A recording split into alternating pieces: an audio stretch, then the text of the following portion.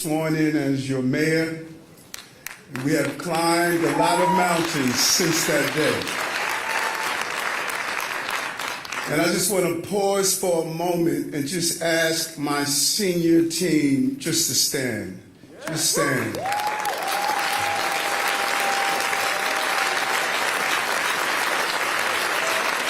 Who's going to sit down, Chief Matthew?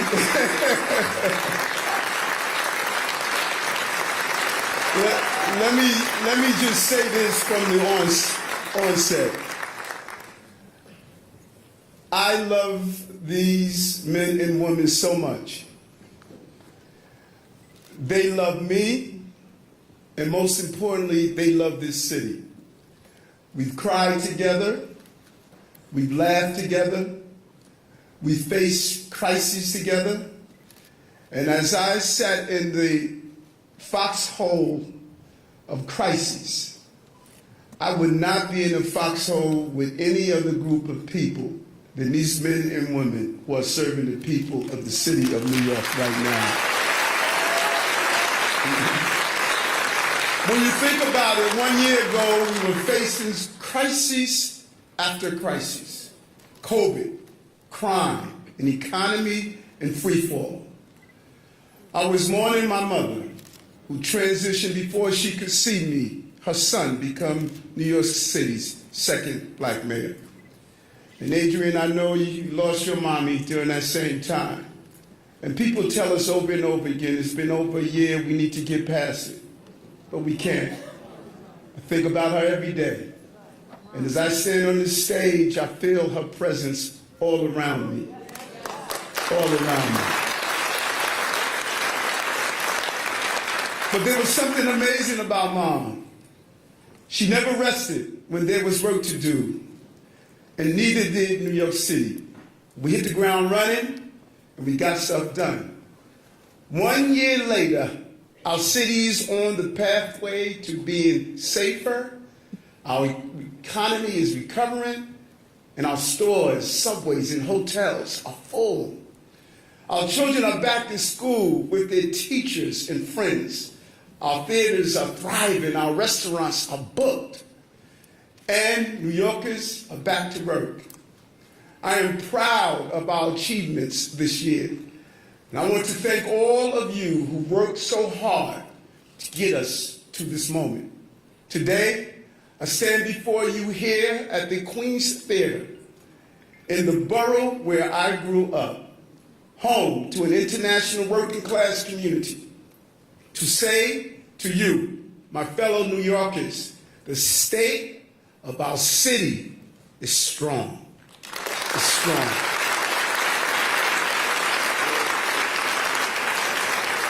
As strong as the police officers and first responders who have made this city safer.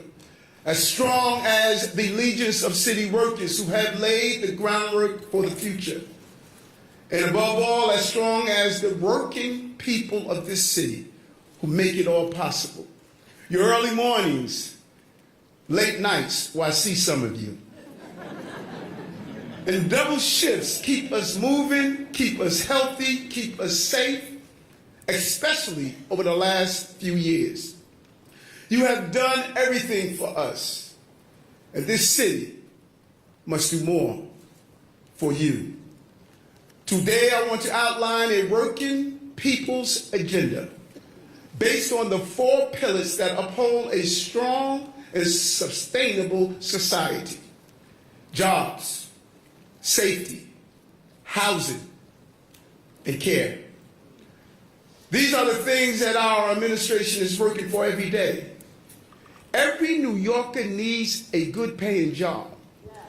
So we are investing in a new generation of apprenticeships, community hiring, and job training. Every New Yorker needs a safe and welcoming neighborhood. So we are getting New York City's most wanted off our streets and investing millions to make our city cleaner and greener. Every New Yorker needs an affordable place to live. So we are working to add 500,000 more homes across all 5 boroughs. And every one of us needs care, not just in crisis, but throughout our lives. That's why we are expanding the social safety net, making it easier to access public benefits and health care, no matter who you are or where you live. We are changing how we get things done for New Yorkers, building success at the source, solving problems upstream instead of reacting to crises downstream, moving beyond recovery into a new era of abundance and equity. And it starts now, it starts with us.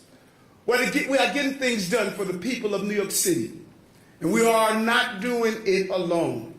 It would take everyone in this room working together. And I want to recognize my colleagues in government who are here today. The amazing, amazing AG Letitia James. No one does it like you.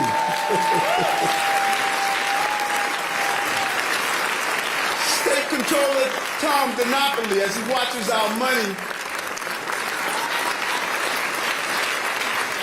And I don't know if he was able to make it. I know he was a little under the weather, but my Assembly member, Speaker Carl Hasty, and City Controller Brad Lander, the forever present advocate, public advocate Jemani Williams, and my sister Adams and Adams Incorporation City Council Speaker Adrian Adams.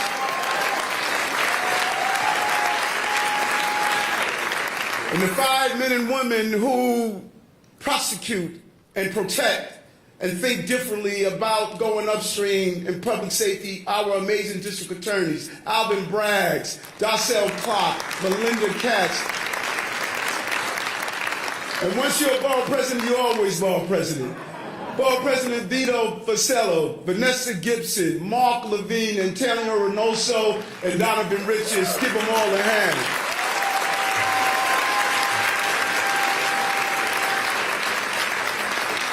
And last but not least, our governor. Our governor.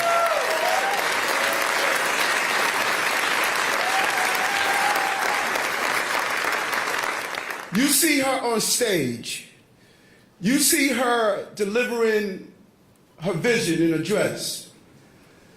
You are going to see real leadership in this governor. This governor is the steady hand we need at the wheel right now. I may be the pilot for the city, but she's the pilot for the state.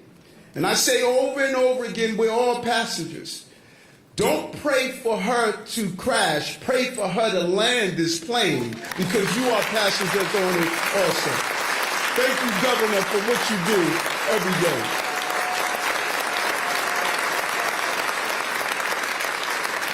And her presence here today is not only a testament to our incredible partnership, but to her commitment to the people of New York City and the state.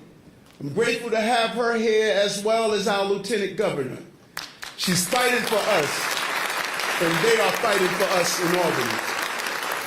So as I said, our working people's agenda starts with jobs. Not inside hustles or side hustles or occasional gigs, but jobs with good pay and good benefits. Jobs you can support yourself and family on. Jobs you can build a life around. New York City has added more than 200,000 new jobs over the last year, and our employment growth has outpaced the state and the nation.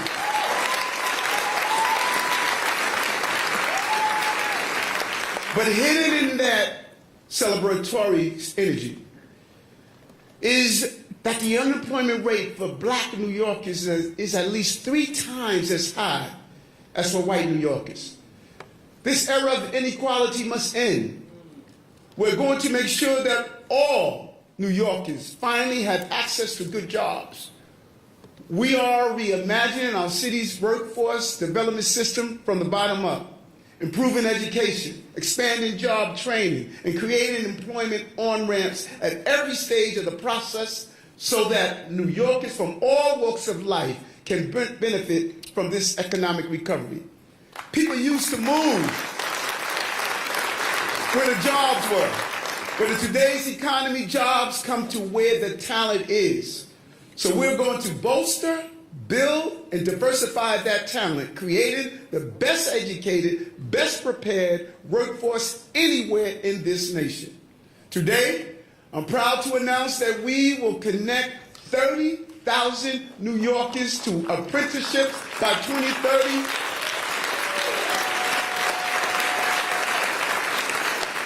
And this in part thanks to our new apprenticeship accelerator.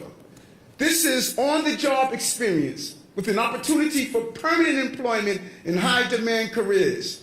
And it will ensure employers can tap the talent they need. We're also going to expand the CUNY 2X Tech program to more campuses, including community colleges, with a focus on institutions serving first-generation college students and communities of color.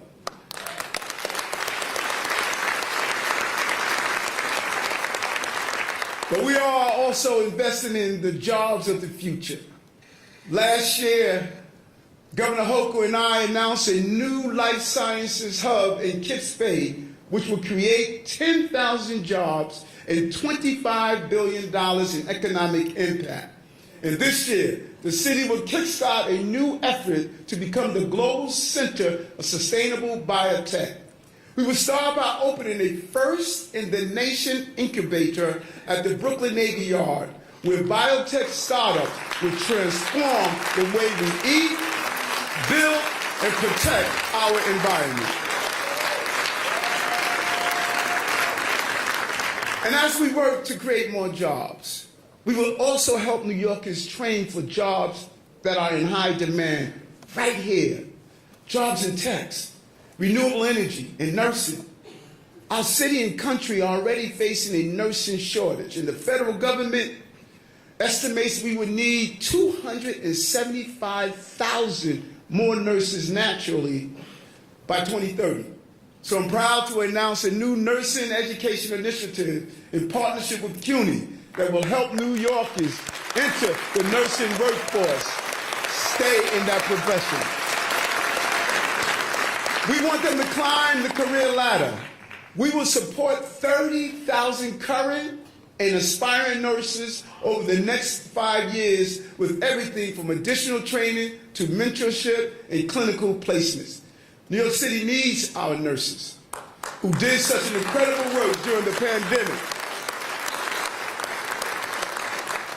Nurses are the hands, the heart, and soul of our healthcare system. We will never forget you, and we will continue to supply you with the resources you need. We also need to help more New Yorkers with disability into the workforce.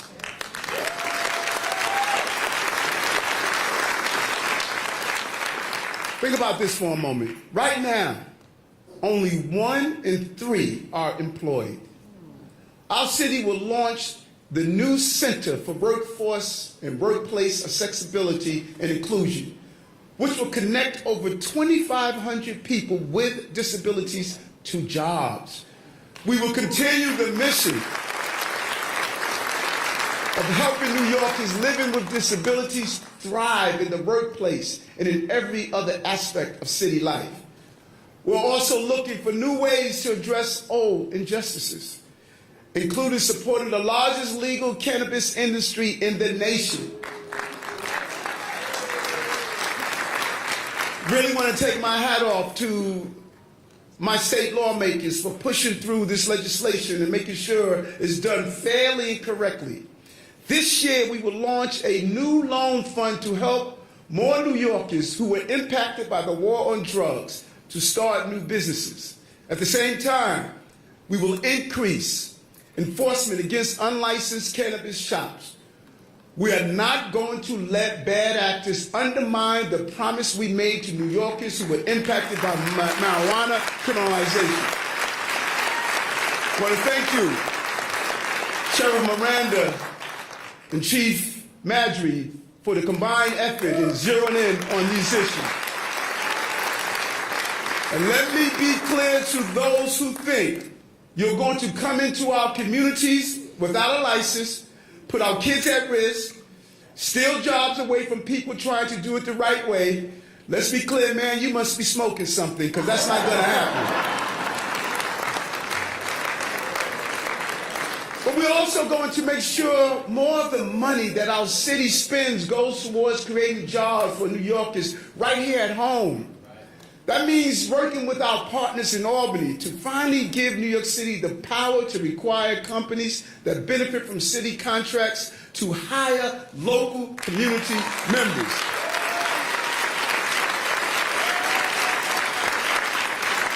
If we just continue to promote community hiring, this would allow us to keep 36,000 economically disadvantaged workers connected to good jobs every year. We also want to make sure even more city dollars go to minority and women-owned businesses.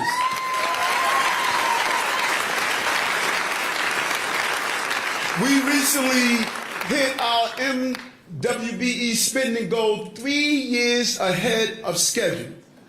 And today, I'm announcing an even more ambitious commitment.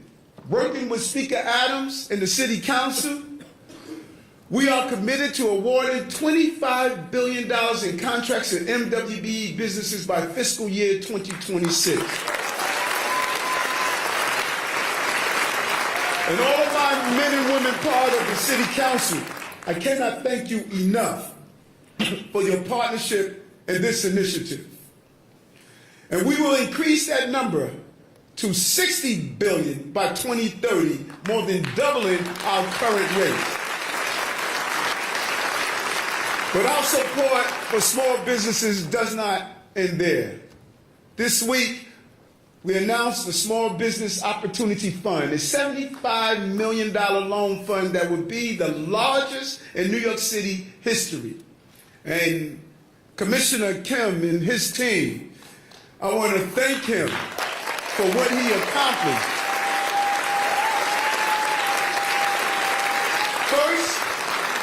First Korean American to hold the position. When you diversify your commissionership, you diversify the opportunities to the diverse city that we live in. Thank you, Commissioner Kim. And while our tourism and hospitality industries have recovered substantially since our city shut down in 2020, we cannot take that progress for granted.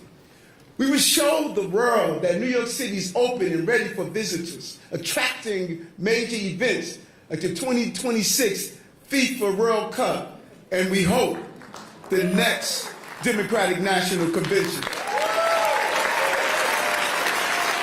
We will continue to invest in our cultural and creative sectors across the board, from iconic museums and arts organizations to our legendary film and television production industry.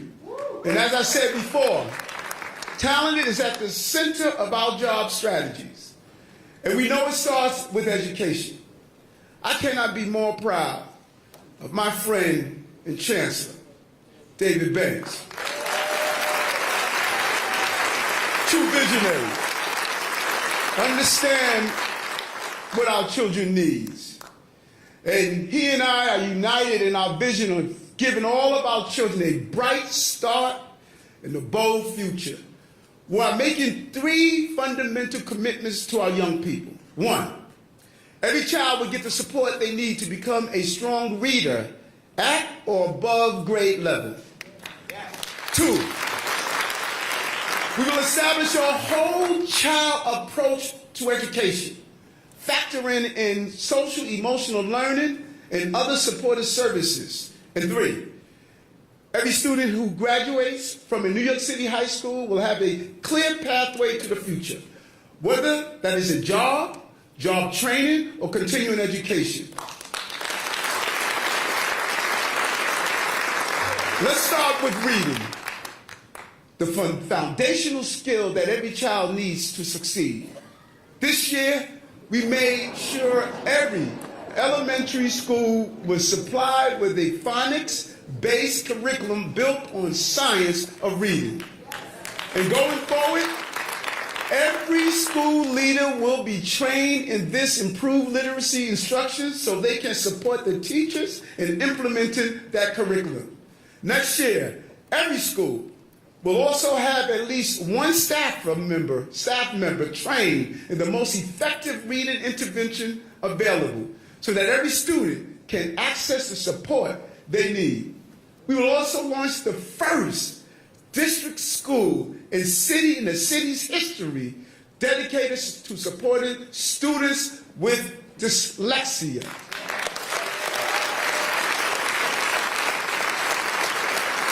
While continuing to expand new dyslexia programs citywide. Before I took office, there was no consistent dyslexia-specific screening across all our public schools. As of this year, we rolled out new screenings in nearly 200 schools, and by next year, they will be available in every public school in the city.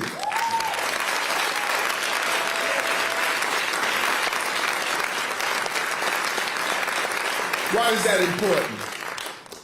It's important because families like Sanaya, 3 of her sons were diagnosed with dyslexia. But until recently, our public schools simply didn't have enough support for students facing those challenges. Sanaya worked 2 jobs to get them the extra tutoring, and her oldest son has since earned a full scholarship to Fordham University. We are inspired by this family, but no parent should have to work 2 jobs just to provide a basic education for their child. Sanaya, we are proud to be working with you to ensure your youngest son and children like him can get all the services they need right in the school in their neighborhood.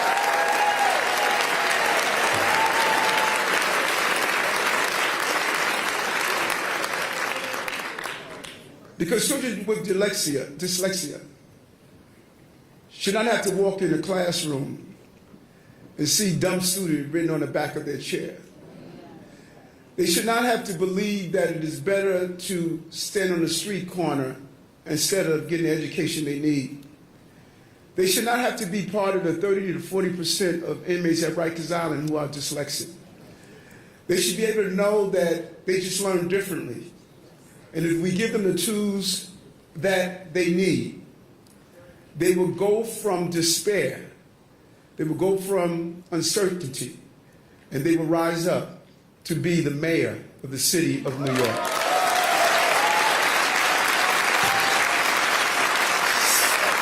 Second, academic success is important, but we must also take a whole child approach to education.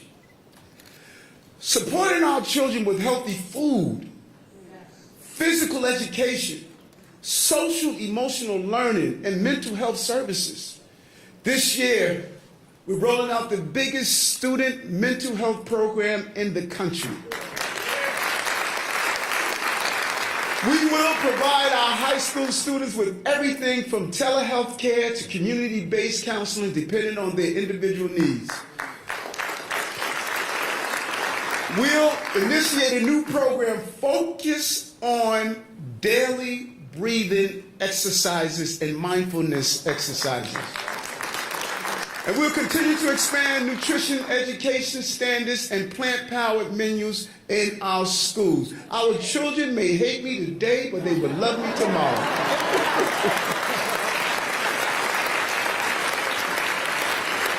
And this year, we're going to make long overdue updates to our fair student funding formula,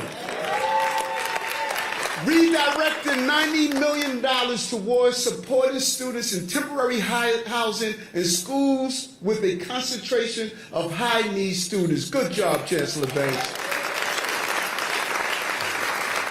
And that brings me to my third promise. Every student will be ready for what comes after high school. It's not just about connecting them to jobs. It's about planning for the future all along the way. Starting this summer, up to 35,000 middle school students in our Summer Rising program will receive career exposure, field trips, and college visits.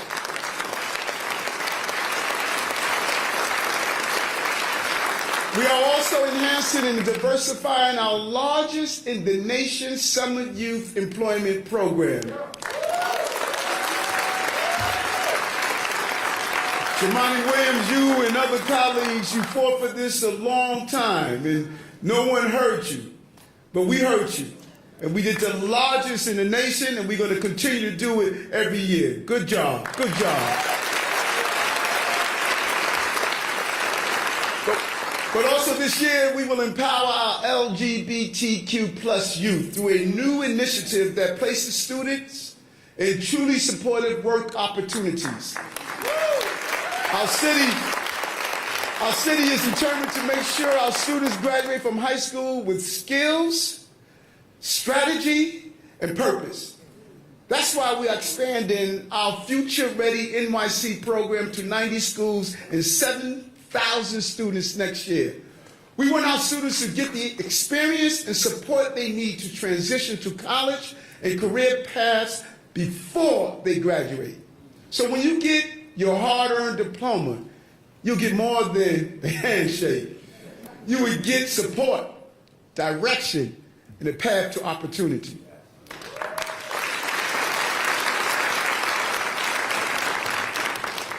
And our children must be educated, but they must be safe too.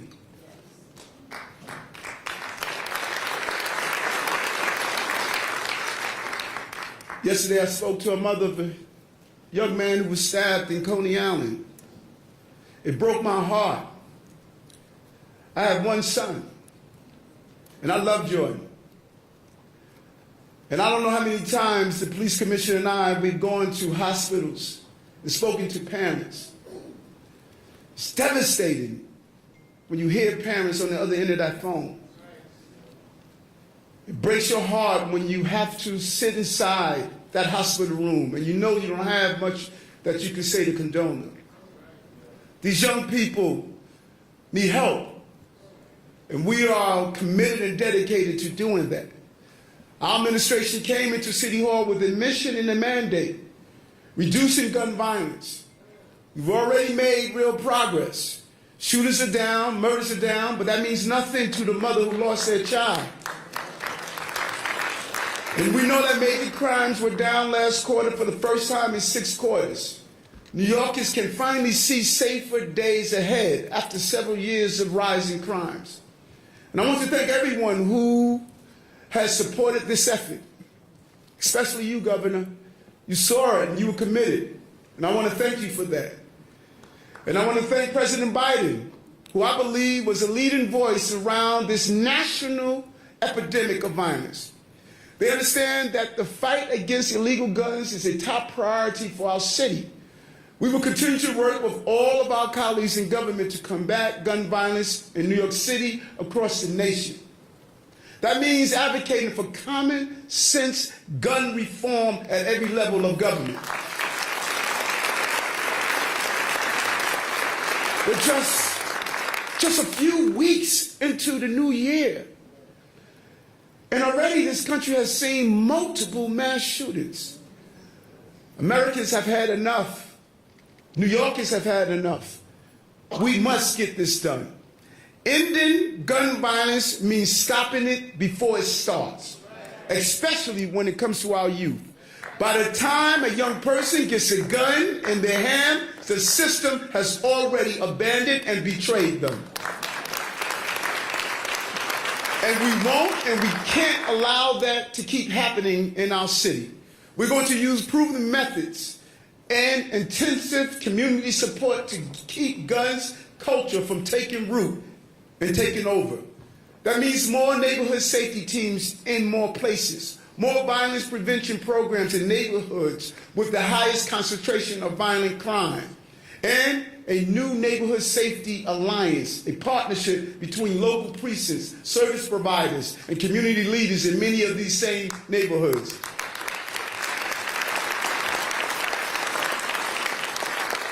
And I always say this is my Aaron Judge year, but I was already hitting home runs when I picked Police Commissioner Keyshawn Sewell to lead the police department.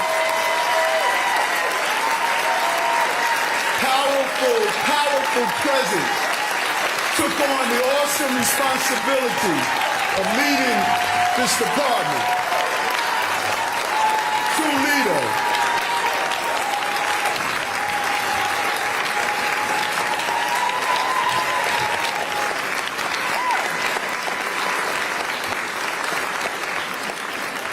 Just want to thank her for all her work keeping New Yorkers safe this year. She has saved lives and supported the department through a very tough year. This year, we will build on that work, increasing our efforts to protect New Yorkers from robberies and burglaries, as well as other violent crime.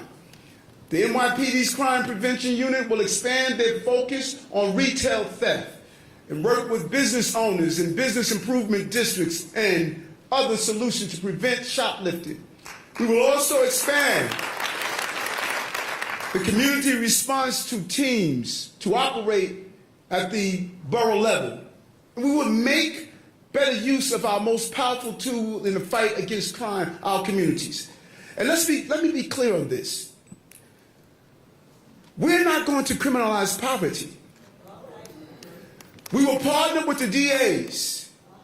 And if a person is stealing because they don't have something to eat, we will show them how to get food. If a person is stealing because they have a drug problem, we're going to show them where the access to drug treatment is. The goal is to go after organized crime. But we're going to set the standard. This is not going to be a city where anarchy will run. This is going to be a city that is going to be a safe, productive city.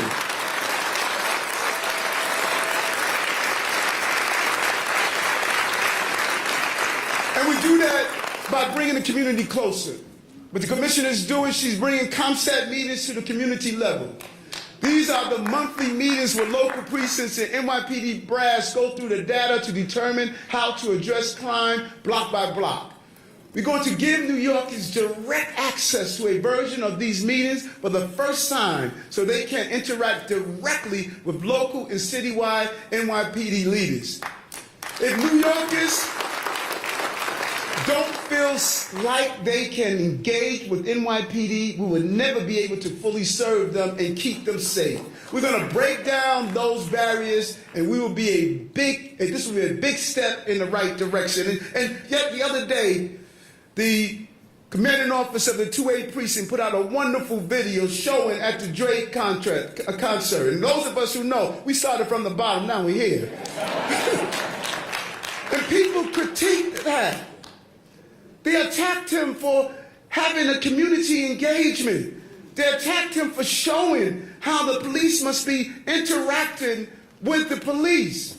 Let's stop starting off hating each other and start embracing each other. This is what we want to do. And we will also roll out new and expanded efforts to fight everything from property crime to traffic violence and quality of life issues. Many of these problems are rooted in the continuing crisis of recidivism. Time after time, we see crime after crime from a core group of repeat offenders. It's only roughly 1,700 known offenders that are responsible for a disproportionate amount of violent crime in our city. These are New Yorkers. They're most wanted by New Yorkers. We know who they are, and we need to get them off our streets. This year, we are going to work with our partners in Albany to find reasonable, evidence-based solutions to this recidivism crisis. We all agree that no one should be in jail simply because they cannot afford to post bail. But we should also agree that we cannot allow a small number of violent individuals to continue terrorizing our neighborhoods over and over again.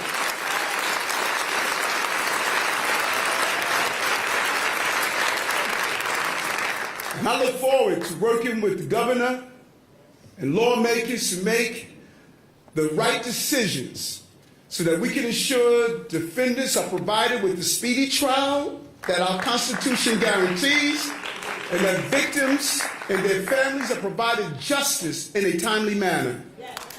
That means making sure our district attorneys and defenders have the resources they need to clear the backlog of cases and finding ways to expedite the discovery process. Discovery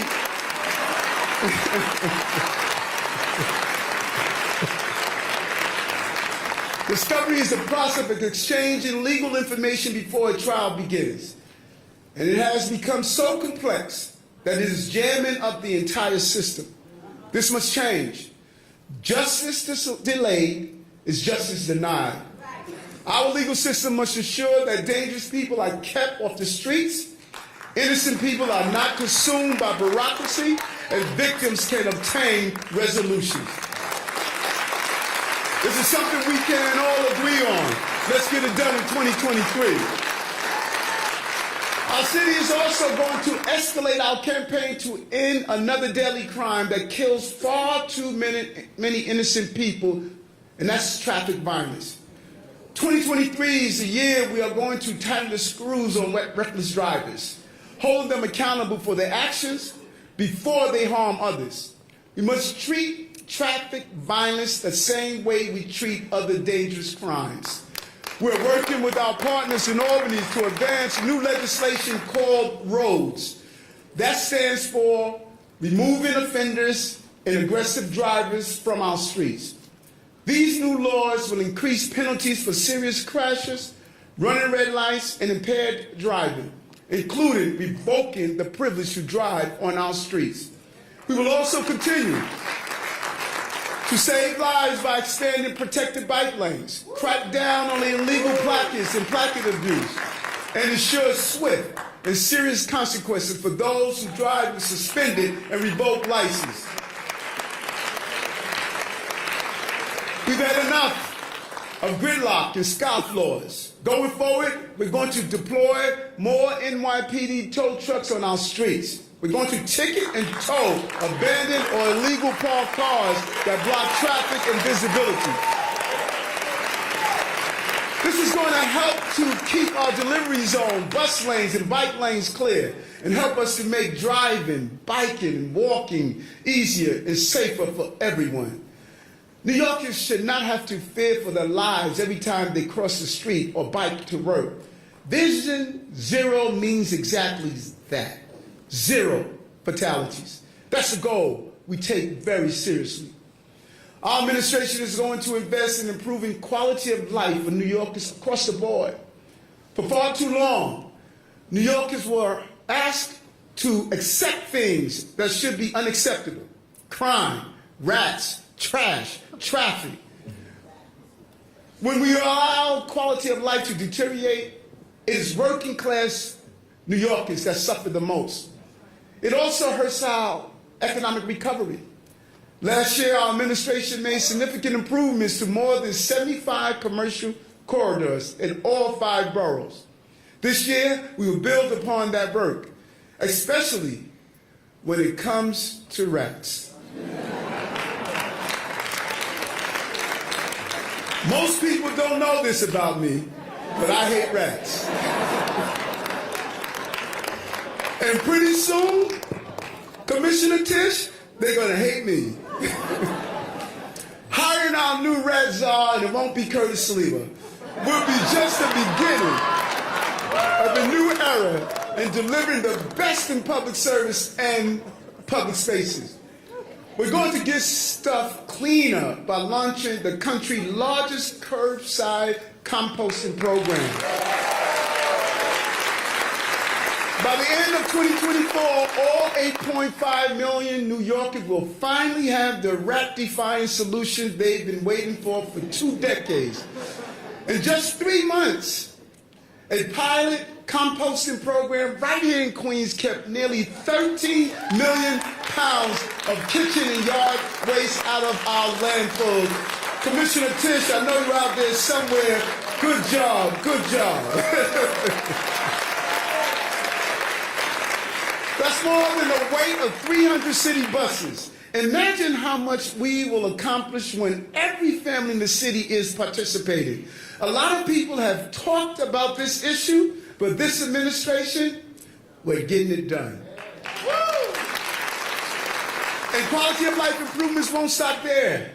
We're also going to replace unsightly construction sheds,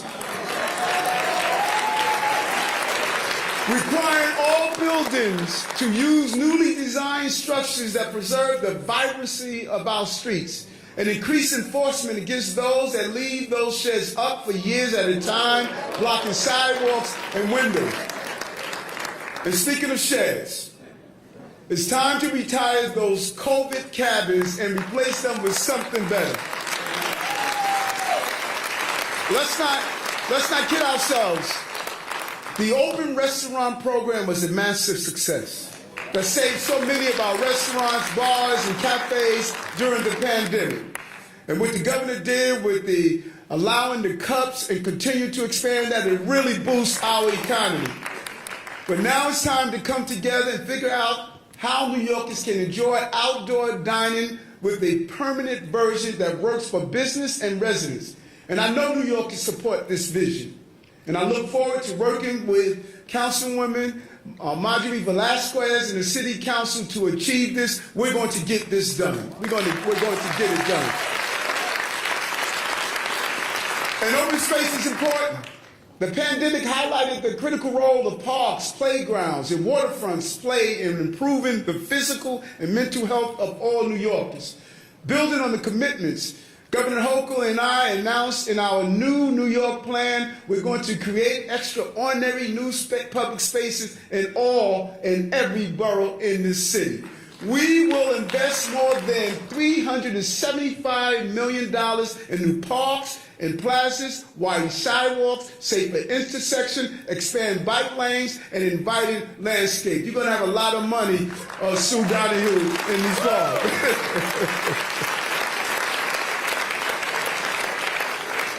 And I hope it's not lost on you how many times I say the name Governor Hochul. There's a real synergy and partnership in the state. And we will build on the success and popularity of our Open Streets program by creating permanent community spaces where people can gather and enjoy the best in culture and wellness programming. Commissioner Adonis Rodriguez has talked about it for years. I know he's in the audience somewhere. Great job, Commissioner. And our new Director of Public Realm will ensure we invest in our public spaces citywide, coordinating across city agencies, businesses, and community groups to deliver results for all New Yorkers. Public safety means more than protecting our streets. It means protecting our environment, the air we breathe, the water we drink, and the future of our children and generations to come. For too long, our working class neighborhoods have borne the burden of highways and heavy industry, leading to polluted air and the highest asthma rate in the nation. This environmental injustice is not acceptable. It is something that my good friend and current borough president has talked about. Antonio Reynoso has dealt with this issue for years. Good work, and let's continue to move forward on this. And it's really wrong, especially when the technology we need to change is already here. That's why we are committed to reducing building emissions to create a healthier and more sustainable city. We are also electrifying our city vehicle fleet.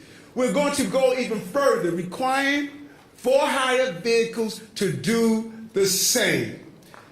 We are announcing today that Uber and Lyft will be required to have a zero-emission fleet by 2030. That's zero emission for over 100,000 vehicles in our streets. But the best way to do it is listen to my good friend Jano. Take the subways, Metro card your way through the city. We're pleased that both companies are embracing this shift, and we look forward to working with them to get it done. We're also encouraging New Yorkers who drive to make the switch to electric vehicles as well. We're going to add charging stations in all 5 boroughs. Our commitment to improving the environment and fighting climate change means reinventing our energy sector across the board.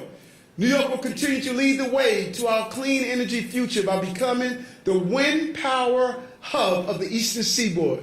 The South Brooklyn Marine Terminal will soon become one of the largest offshore wind port facilities in the nation. This will recreate, as Congresswoman Velasquez texted me this morning, all of this is great if we don't create a pipeline to employment to those who have been denied. And we are going to do this. We will create jobs and help New York City meet our goal of 100% clean electricity by 2040.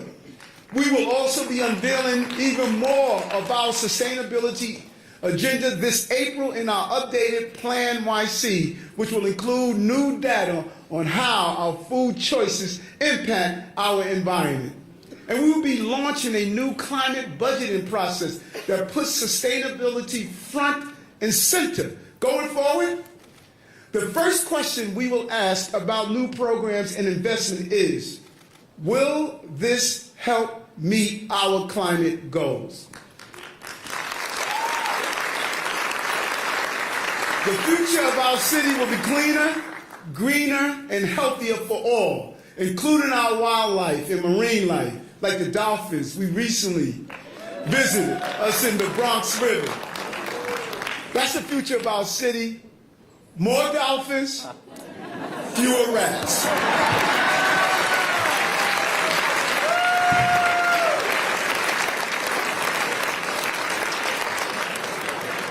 This is the greatest city in the world, and every day more people want to come here, work here, and be part of the New York City story. New York City must remain a city where everyday people can find an affordable place to live. Young people, immigrant families, and retired folks all need a place to call their own. That's why we have continued to support public housing every step of the way. It is the foundation of our affordable housing stock and a pathway out of poverty. For years, public housing was underfunded by the federal government, but we are starting to turn that tide. Last year, we made renovations to more than 8,500 NYCHA apartments through the RAD program, and we have committed a historic $23 billion for housing, including money for repairs to NYCHA buildings. And we got the NYCHA Trust passed, unlocking billions of dollars for long overdue renovations. But we would never have gotten it done if we didn't have tenant leaders like Barbara McFadden leading the way. She helped organize her neighbors at Sheepshead Nostrand houses, along with so many other NYCHA residents. They took the long ride to Albany and spent day after day meeting with state lawmakers. Barbara, you got it done for us. Now we're going to get those repairs done for you and your fellow NYCHA tenants. Thank you, Albany. Thank you, Governor. Thank you to the leaders who made this happen. And we must invest in our public housing. But we also need to build more affordable housing for all New Yorkers. That's why New York has committed to being a city of yes. Yes to more housing in every borough and in every neighborhood. Last month, we released our plan to get stuff built. Deputy Mayor Maria Torres Springer and the entire team, Chief Housing Officer Jessica Katz, all came together. We laid out a moonshot goal of building 500,000 additional homes over the next decade. Homes for people, from recent arrivals to lifelong New Yorkers. Home for seniors, families, and veterans. I said we couldn't do it alone, and the good news is that we don't have to. In her State of the State address, Governor Hochul committed to providing more tools for New York City to build the housing we need. Governor, again, thank you so much for the leadership and support on so many of these issues. You have been there for the city right from the start. And in 2023, we're going to accomplish greater things together, and I'm looking forward, and that's including building more housing in high opportunity neighborhoods and near transit hubs. I recently announced plans for 6,000 new homes and 10,000 new jobs around 4 new metro stations in the Bronx.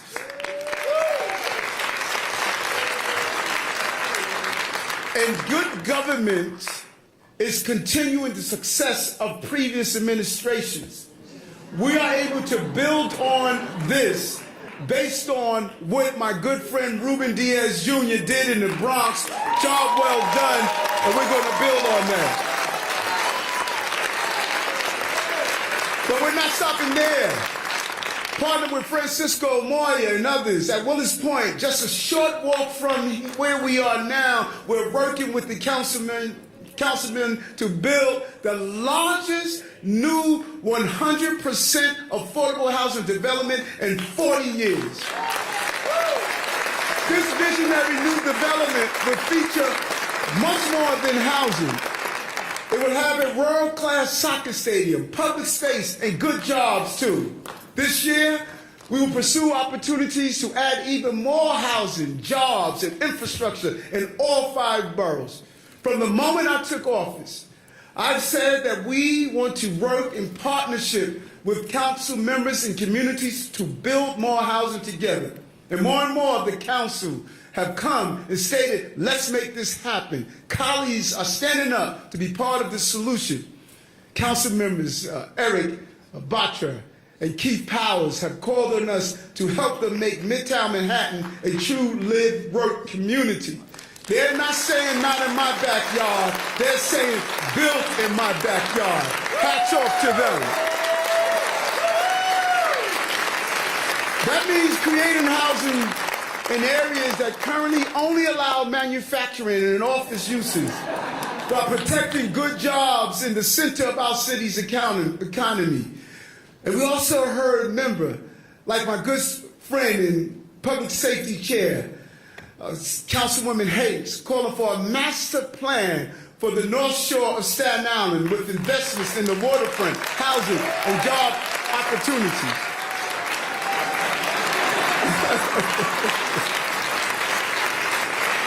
You know, Staten Island used to have the reputation of the forgotten borough. You are not forgotten in this administration. I'm proud of you, council members, and I'm proud to say that you have answered the call. The Economic Development Corporation and the Department of City Planning will be working with you and Speaker Adams on plans that address the needs of your communities while tackling our citywide housing crisis that we have. And I thank you for demonstrating what real leadership looks like. Building new houses is essential for our future, but we also need to address the housing crisis here and now. That means protecting tenants and helping New Yorkers stay in their homes.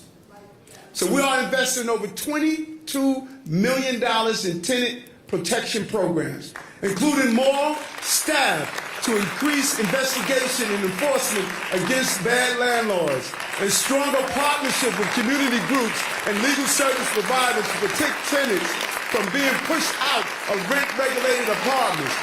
We're also cracking down on landlords who discriminate based on source of income.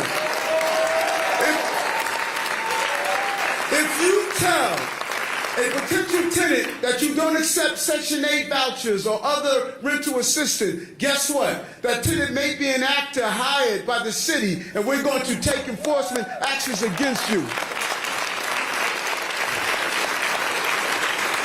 My Commissioner of Human Rights that's here, Commissioner Annabelle Palmer, is focused on this issue so much.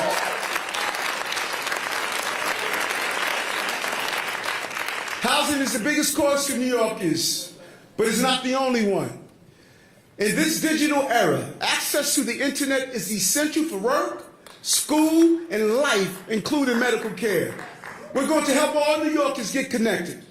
No matter what their income level, we're expanding Big Apple Connect within NYCHA developments, delivering free internet and TV to tens of thousands of New Yorkers. And we will launch a new pilot program providing free broadband to Section 8 households in the Bronx and in northern Manhattan. My Chief Technology Officer, Matt Frazier, who's out here somewhere, is really doing an amazing job for making it access. Thank you, Matt. Listen, we are committed to fighting for support for working people and actually making sure they get the support they need. Don't let it fool you. I may wear nice suits, but I'm a blue-collar cat. This year, we will make it simpler for New Yorkers to access public benefits like unemployment insurance, Medicaid, and SNAP. We will cut unnecessary red tape and expand benefit screenings to New Yorkers in need. We'll get every dollar they deserve. That would include a focus on seniors, as well as veterans, who may be eligible for newly expanded federal funds. We often get it for the people. We need to know how to get it to the people. And I am truly pleased by this, and we need our partners in Albany. We're working to pass legislation that will allow individuals to keep public benefits for up to 6 months after they take a new job, easing the transition to financial independence. Last year, we announced we were putting $350 million back into the pockets of working people through our expansion of earned income tax credit. Albany, you should take a bow on this one. All of our Albany lawmakers, this was such an impressive move that we accomplished last year. People highlighted the one thing we disagreed on, but go look at the number of things that we have agreed on. You delivered for working class people in this earned income tax credit increase. This year, we're making sure working people actually get that tax credit by launching a historic expansion of our free tax prep program. And beginning tomorrow, we'll be introducing free business tax prep for freelancers and gig workers, another first for New York City. With an infusion of new funding and unprecedented coordinations with schools, houses of workshops, and NYCHA and community partners, we will be able to process an additional 26,000 returns next year and save New Yorkers approximately $14.3 million in filing fees and refunds. Right now, as we speak, New Yorkers are applying for and receiving those expanded benefits. A family of 4 making $25,000 will see their payout increase from $300 to $900. Let me tell you what the difference is when you think about it. Think about Ronald Brown. Lives in Queensbridge, houses, with his 2 daughters. Like so many New Yorkers, he got laid off during the pandemic and was having a hard time getting back on his feet. Last year, he came into one of our free tax prep centers hoping to get his federal stimulus check for $1,400. By the time he walked out, we had gotten him almost $15,000, including the expanded state income tax credit we fought for and won. Ronald, I hope you're coming back this year because we're going to give you and your family the money you deserve. That's what you did, Albany. That's what you accomplished.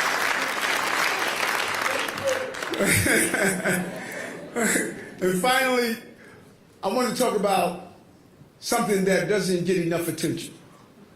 Our responsibility as a city to care for New Yorkers in the greatest need. Over the past year, our ability to care was put to the test by the asylum seeker crisis. New Yorkers rose to the occasion, as they always do. Since last spring, we have had more than 42,000 asylum seekers arrive in the city. We have provided them with shelter, food, education, health care, and legal support. We will continue to do our part, but we need everyone else to do their part as well. This is an all-hands-on-deck moment. And I want to thank the Majority Leader Schumer, Minority Leader Jeffries, and our tireless congressional delegation for everything that they have done so far.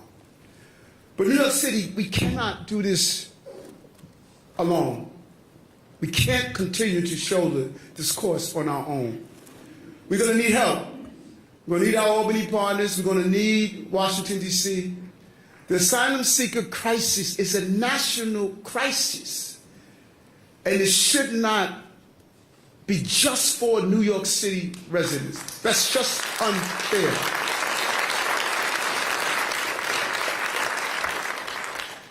And not only is it unfair for New Yorkers, but it's unfair for the asylum seekers. You come here to pursue the American dream, not to live in a nightmare. The Statue of Liberty sits in our harbor for a reason. Every one of us in this room, ancestry came from somewhere, and the asylum seekers deserve better.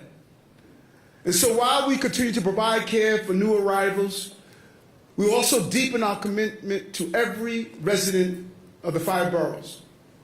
We're going to fundamentally change the way we provide care for our citizens. We're moving from a system that waits until New Yorkers are in crisis before offering help to one that focuses on upstream solutions.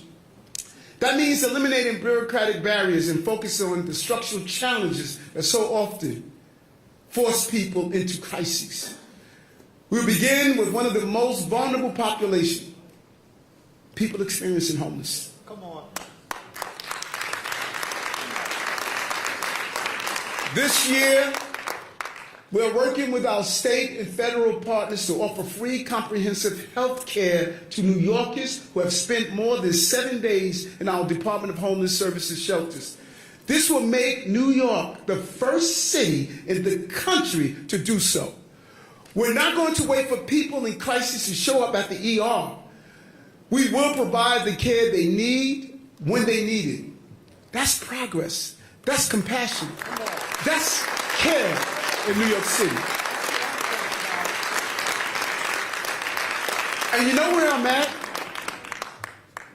On Wednesdays at 9 p.m., rain or cold, I'm on 34th Street and 7th Avenue, giving out food to the homeless. And then when I leave there, I go into the subway system and engage with the homeless. Find a day, just one day, just 1 hour, and say I'm going to do something for someone.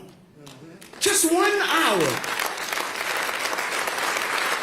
And with 8.5 million New Yorkers, if we all just dedicate 1 hour to go to a homeless shelter and tutor a child that is homeless, 1 hour to go in the subway system and talk to someone that's homeless, 1 hour after church service to go into the street and pray to someone that is in need, just 1 hour. If we just give 1 hour, we would turn around the conditions of homelessness and despair in our city. And we will also take an upstream approach to our opioid crisis. Do you remember what heroin did to our city and country? Do you remember what crack cocaine did to our city and country? That's what fentanyl is about to do right now. If we don't stop the fentanyl and opioid abuse, it is going to destroy generations to come. This is a major crisis that we are sleeping on. Fentanyl is destroying our cities across America. We have to fight back and stop it. We are going to invest $150 million of opioid settlement funds secured by our good friends, Attorney General Letitia James, into proven harm reduction and treatment programs. And we will move mountains, because ain't no mountain high enough, to address the growing problem of untreated serious mental illness and social isolation. A few months ago, we laid out an initial approach for connecting the most severely mental ill New Yorkers with needed care. This work is driven by the dedicated heroes who are out on the streets and in our subways, night and day helping New Yorkers in crises. This is not police-led. This is led by outreach workers and professionals. Deputy Mayor Will Isom and her team has put together a good team to address this issue. And these are everyday New Yorkers like Richard Arreo, who works on one of our health engagement and assessment teams, grew up in Marcy houses, and studied to become a social worker to help people in need. Richard has spent the last 10 months riding our subways in high-stakes, high-stress situations, helping people in crisis get the services they need. That could be as simple as pointing them to a food pantry, or as big as getting them into a shelter or treatment. He says, the most important thing to look people in the eye, show them you see them as human beings, as equals. They may not accept the first time, but once they see city workers helping others, they're willing to open their lines of communication. Richard, on behalf of the entire city, thank you for your service.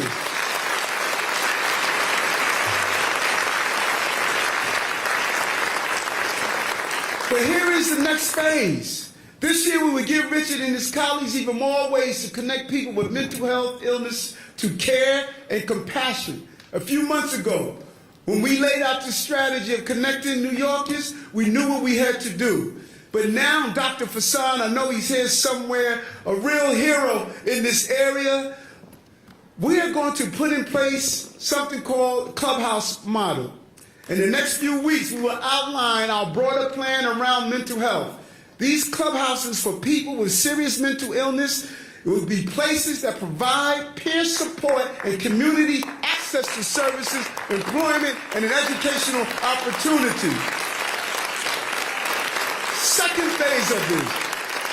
And we also want to work with New Yorkers, getting them healthy by making sure they have access to fresh food, including fruit and vegetables. We will fight the continuing crises of obesity and chronic diseases by expanding city investment in healthy food access for lower-income New Yorkers, including the launch of groceries to go and green stands. You can't have Whole Foods in Park Slopes and junk food in Brownsville. You can't have it the same way. Can't have it the same way.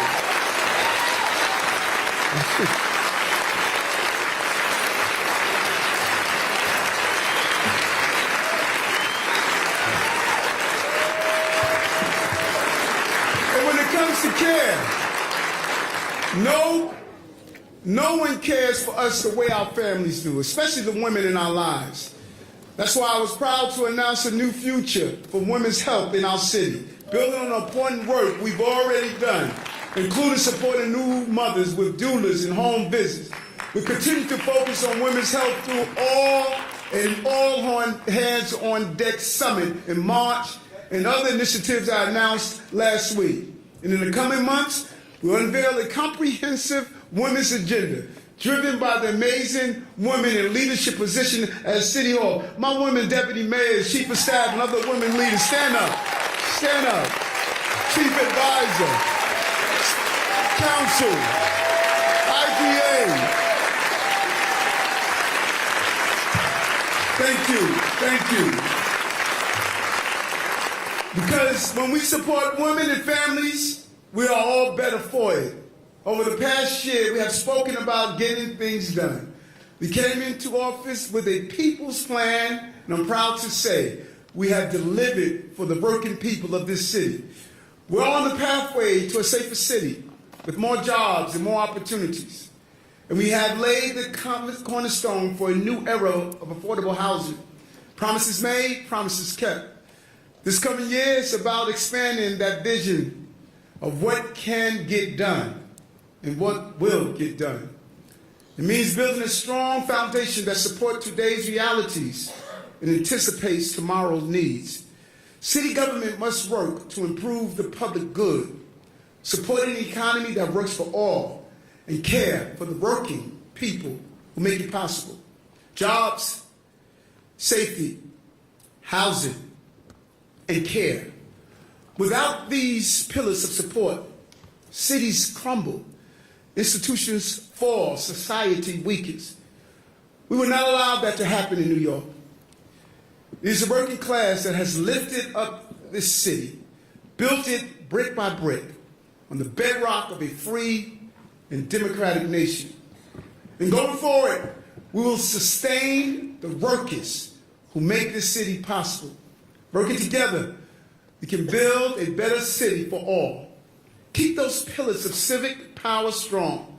Open more golden doors and inspire others to do the same. We're just getting started, and there's no stopping the world's greatest city, filled with the best stuff on earth. New Yorkers. Thank you, New York.